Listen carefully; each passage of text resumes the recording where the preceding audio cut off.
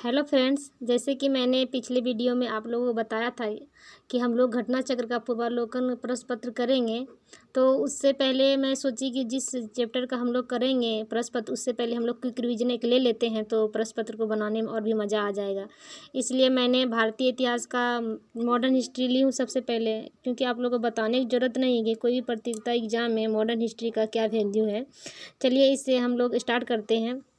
सबसे पहले पुर्तगाली आए थे, इसलिए मैंने पुर्तगालियों को का व्यापारिक घटनाक्रम ली हुई। इससे प्रश्न बहुत आते हैं, इसीलिए देखिए 1498 ईस्वी में वास्को डी गामा ने कालीकट तक की यात्रा की। तो ये प्रश्न कितने बार रिपीट भी हुए हैं आप आगे देखिएगा। यहाँ 17 मई 1498 वास्को डी गामा ने कालीकट की यात्रा की है। ये एग्जाम से पहले क्विक रिवीजन के लिए बहुत ही फायदेमंद होगा आप लोगों के लिए। 1503 ईस्वी में पुर्तगाली ने भारत में अपना दुर्ग कोचीन में स्थापित किया। तो सबसे फर्स्ट में कहाँ करते हैं, तो कोचीन में 1503 में। तो 1505 में पुर्तगाली ने भारत में अपना दुर्ग कन्नूर में स्थापित किया। कब? दूसरा, फर्स्ट कोचीन में, दूसरा कन्नूर में। एक 1503 में तो दूसरा 1505 में। 1505 की एक घटनाक्रम और है कि फ्रांसिस्को अल्मीड़ा को भारतीय क्षेत्र का गवर्नर बनाया गया।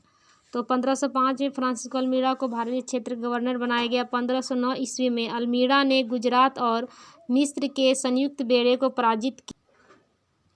उसके बाद 1509 ईस्वी में अल्फांस डी अल्बुकर्क को वायसराय बनाया गया। तो 1509 की दो घटनाक्रम हैं, एक अल्मीड़ा ने गुजरात और मिस्र के संयुक्त बेड़े को पराजित किया और एक है अल्फांस डी अल्बुकर्क को वायसराय बनाया गया।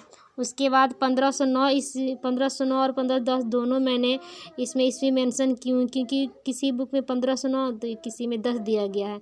इसमें देखिए क्या घटनाक्रम है। अल्बुकर्क ने बीजापुर के सुल्तान को पराजित कर गोवा पर अधिकार कर लिया। तो आप लोग ऑप्शन के अनुसार देख लीजिएगा। इसमें अल्बुकर्क ने बीजापुर के सुल्तान को पराजित कर गोवा पर अधिकार कर लिया। उसके बाद 1511 ईस्वी में पुर्तगालियों ने मलाया द्वीप में स्थित मलक्का पर अधिकार कर लिया। फिर 1515 में पुर्तगालियों ने फारस की खाड़ी मुहाने पर स्थित हरमुज पर अधिकार कर लिया।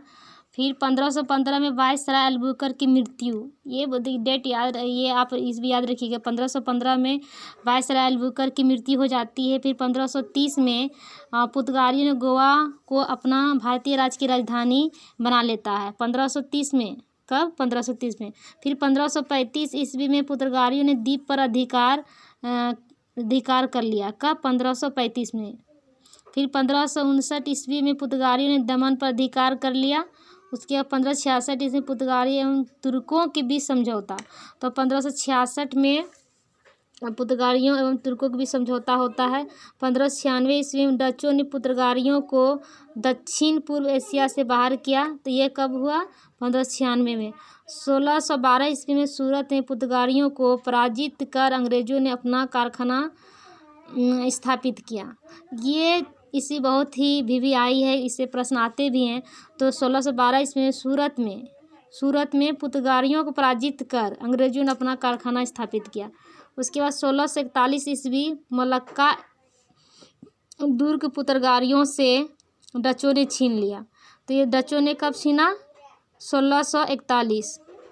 फिर 1659 ईस्वी में श्रीलंका पुर्तगालियों के से बाहर चला गया। और 1663 ईस्वी मलावर के सभी दुर्गों को डचों ने जीतकर पुर्तगालियों को भारत से निर्णायक रूप से खदेड़ दिया। तो इसमें देखिए कब चले जाते हैं पुर्तगाली? 1663 ईस्वी में। और सारा जीत लेता कौन? डचों ने। तो इस तरह देखिए हम लोग घटनाक्रम देखे, व्यापारिक घटनाक्रम पुर्तगालियों का। एक देखिए प्रश्न में ये भी आते हैं कि यूरोपीय कंट्री के भारत में आगमन का आप लोग क्रम में सजाइए। तो इसके लिए मैंने देखिए एक ट्रिक दी हूँ, PDEDF, यानी P से पुर्तगाल, D से डच और E से इंग्लिश और D से डेनिश, F से फ्रेंच। आप अगर इसको याद रखते हैं तो आपका कभी भी ये जो कालक्रम जो आते हैं कि कैसे कौन आया था पहले इंडिया में, तो कभी भी आपका रॉन्ग नहीं होगा। Okay friends, bye.